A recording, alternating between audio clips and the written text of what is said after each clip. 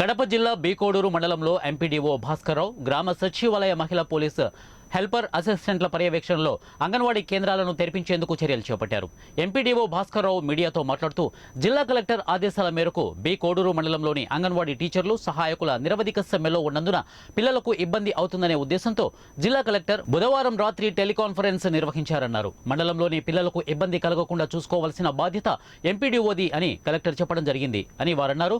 ఈ కార్యక్రమంలో బీకోడూరు మండల ఎంపీడీఓ కె భాస్కర్రావు, వెలుగు ఏపీఎం సీతారామిరెడ్డి, ఇక ఏఎస్ఐ సురేష్ నాయుడు, పిఎస్ నాగేంద్రరావు, సర్పంచ్ మునిరెడ్డి, మహిళా పోలీస్ పాల్గొన్నారు.